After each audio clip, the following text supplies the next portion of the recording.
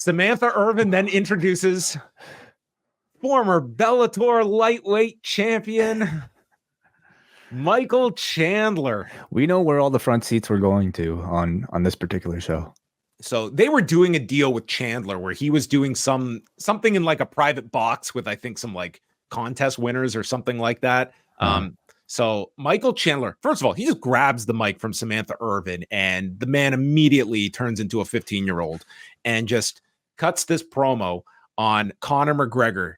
Chandler says he's the most entertaining UFC fighter on the planet and tells Conor McGregor, get your candy ass back in the octagon. If there was one thing very, very clear is that Michael Cole doesn't follow any of this stuff because Pat McAfee is basically explaining how this fight has been delayed. And I mean, I was just getting ready for the whole timeline. Michael, they were coaching Ultimate Fighter last year. Then Conor, he didn't sign on for the new fight. And now there's a big impasse.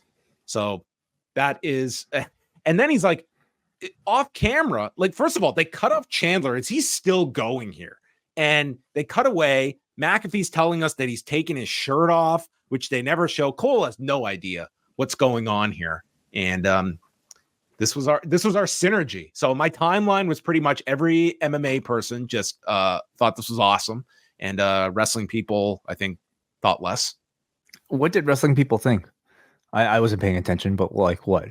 What could you possibly be upset about with something like this? This was... It was completely inoffensive if you're a wrestling fan. If you don't watch the UFC, it would just be a segment that you that's ignore. Like for people that maybe don't know who this is and don't. Really but do you know who the Netflix executives are? Like who gives? I don't think anyone was cheering the Netflix segment either. So. But I mean, it doesn't bother me. Like this was, like an ad. Like this to me was no different than showing a I don't know, a football player in the crowd. I'll say this on the defense of those that did not like this, but understanding that the synergy is that, yes, this is involving, Conor McGregor, and God knows when this fight will take place.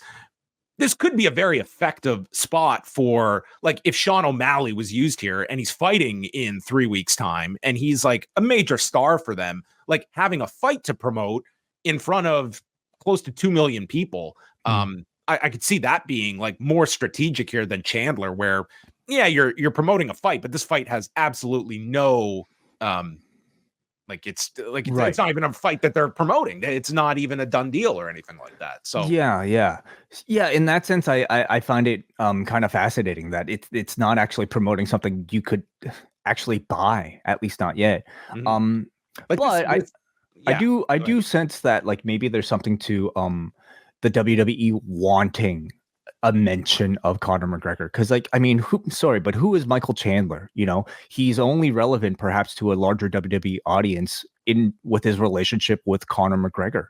And I could see Conor got the react. Like when they introduced Michael Chandler, it's not like this arena went nuts, but when he did mention Conor McGregor, you did see some reaction here, because like obviously that name is if there's gonna be one name drop, that's probably gonna be among the ones that gets your even non-UFC fan to recognize him. Exactly. And that's also like the type of celebrity that I think the WWE kind of covets as well. Not Michael Chandler, but Conor McGregor. You have Conor McGregor's, would-be opponent calling him out on your show. So maybe that's why they let this guy take the microphone and basically cut it, a pro wrestling promo here. How would you rate the promo from Michael Chandler? I mean, he was fine. He looked very comfortable doing it's stereotypical wrestling promo, but it wasn't like he was nervous or anything. Like he's done plenty of these promos and stuff, so he was fine. Fucking turned like beet purple here. Oh, he was I was. It was quite something. So yeah, screamed. Yeah, this was very much like he was feeling it. He was feeling it. This guy's just been waiting forever for this fight. They filmed tough. Like, I think it was like last spring. Well, he's waiting for that paycheck is what he's waiting for. This guy has not fought in a long time. These are some key years for him. Like, this is not a spring chicken either. He's waiting for this big fight. What's the status of Conor McGregor? Like, what exactly is the holdup at the moment? I mean, depending on like who you ask, it's, whether it's, the number of fights that are left on his deal. I mean, Dana White is just given it, like, he's been asked about this a lot, and he's talked about the fact he had the broken leg, but I mean, we're talking that was 3 years ago, And then he states, well, Conor doesn't need the money. It's like, Conor doesn't need the money. Does that mean he's never fighting again? Like, he's got money. He's got lots of money. There's plenty of fighters who have lots of money that fight. Floyd Mayweather had a lot of money, still did WrestleMania. So there you have it. So it's going to be Michael Chandler, and I guess it can't be the Big Show.